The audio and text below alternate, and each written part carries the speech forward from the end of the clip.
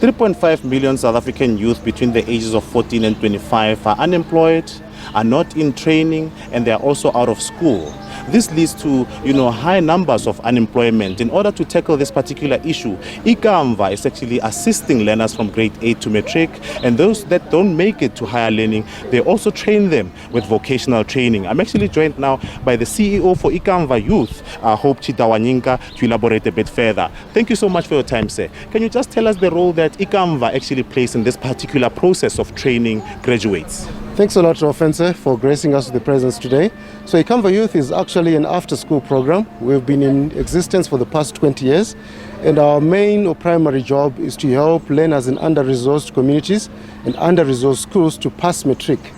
Passing matrics helps them to access tertiary education and post-school placements, but there's always this group of learners that actually don't make it into this post-school placements as well as tertiary education, whom we call NEETs.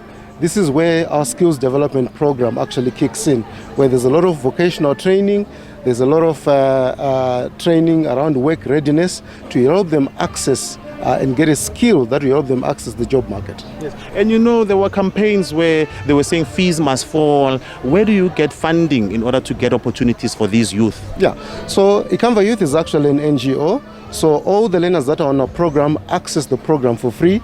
We are very grateful for the multitude of commercial entities in South Africa and foundations across the world that actually support our activities. So we are donor funded, and that donor funding actually helps us to do the work that we do as an organization. Yes. And I understand that about 102 graduates are actually getting their certificates this particular afternoon or this morning nationally. Yeah. What sort of training do you give them? I understand that some are able to actually work for themselves and not line up for jobs. Yeah.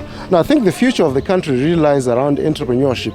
There's a very limited amount of spaces in tertiary education, and there's this huge gap which we need to capitalize on, which is equipping our youth with skills, practical skills, that can give them access to earning opportunities. So in this instance, learners are being trained in drill rig, in terms of accessing opportunities in the mining, how to control heavy machinery, bulldozers and the like, how to repair cell phones, really practical skills that you can actually apply in your own setting in the communities.